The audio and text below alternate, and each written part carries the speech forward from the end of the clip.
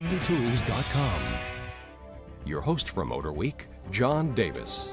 Well, hello and welcome again to Motorweek. We're glad to have you with us. To car fanatics like us, auto shows are among the most exciting places on earth. And to American car fans, Detroit's North American International Auto Show is the highlight of the automotive year. Every January, Motor City is the place to be for all the new cars, trucks, and concepts. So let's not waste any more time. On with the show.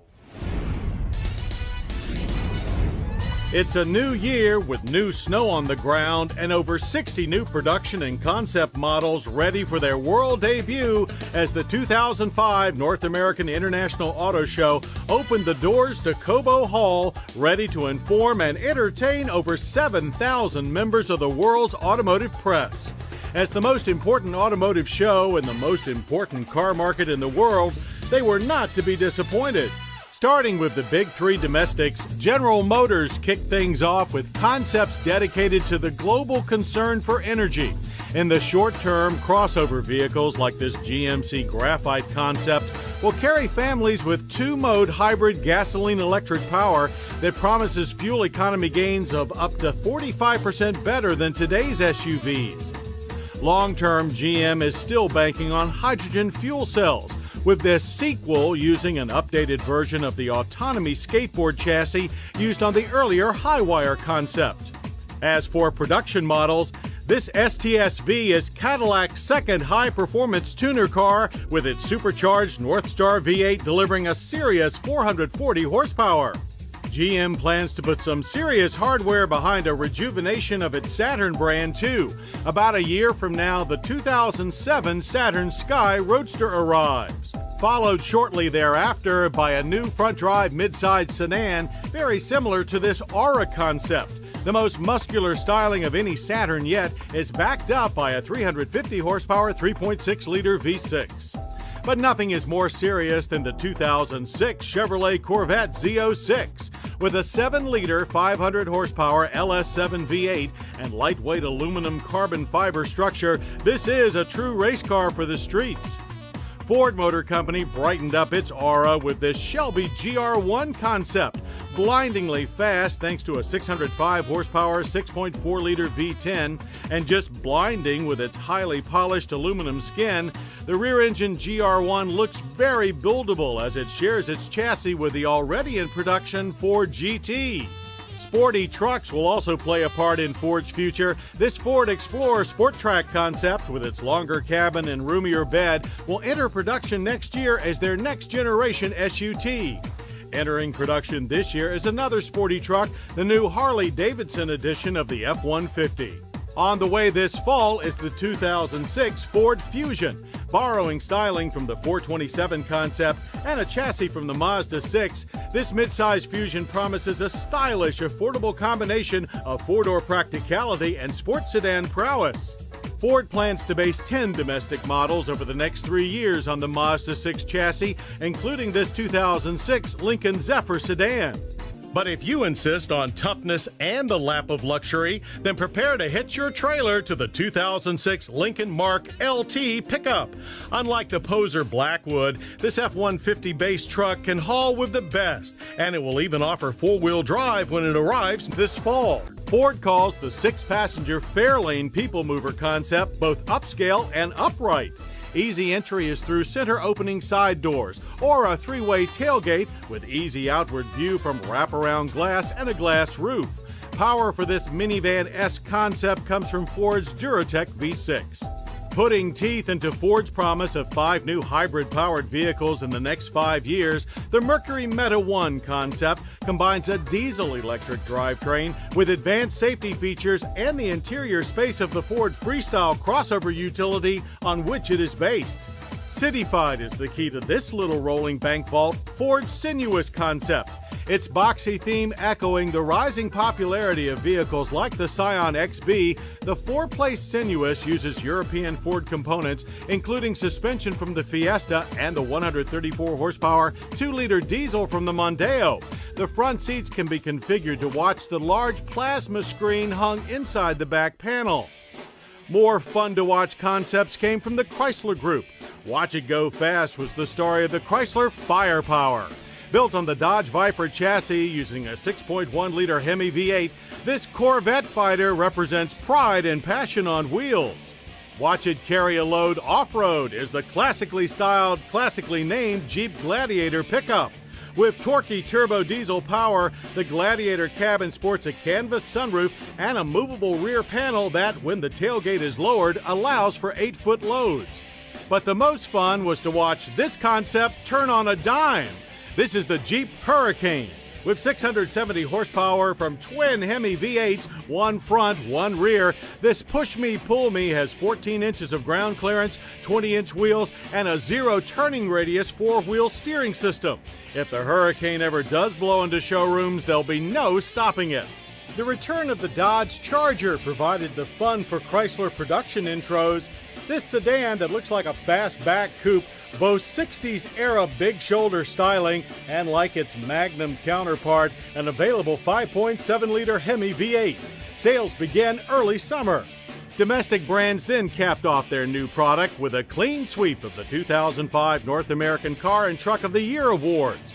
The world's first hybrid gasoline-electric sport utility vehicle, the Ford Escape Hybrid, powered away with the truck honors.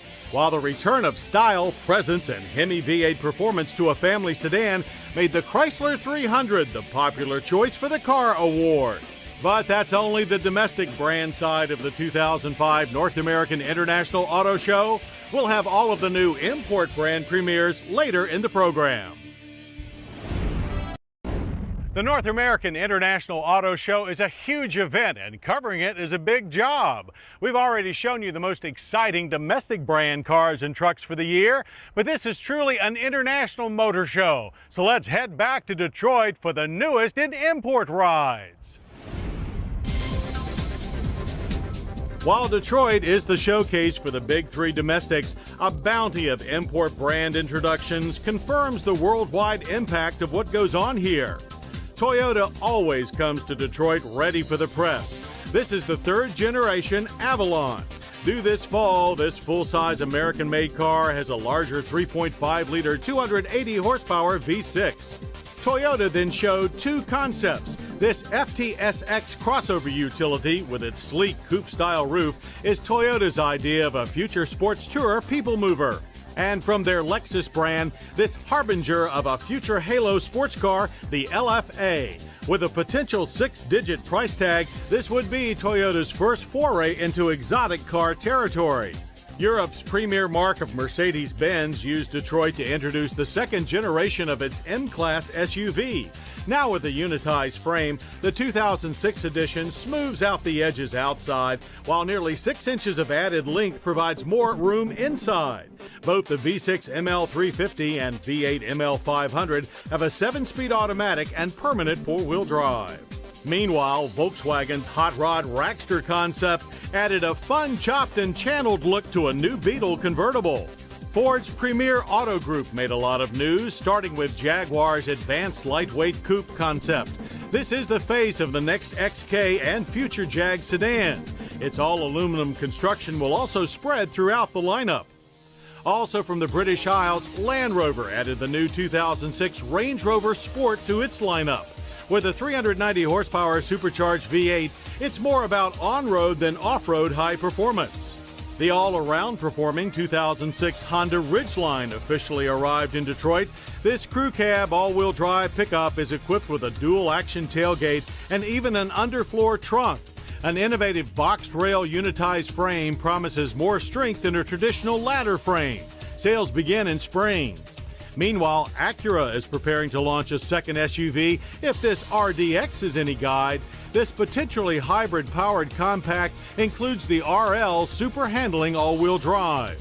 Production debuts included Subaru's first midsize SUV, the 2006 B9 Tribeca. With flat 6 power and 3 rows of seats, this American-made Tribeca goes on sale here by summer. Hyundai took the wraps off its new Sonata. It's the only midsize sedan in its price class with standard side curtain airbags, ABS brakes, and electronic stability control. Mitsubishi's all-new Eclipse Coupe arrives this summer with 4 and V6 power. The midsize Raider pickup based on the Dodge Dakota follows in the fall.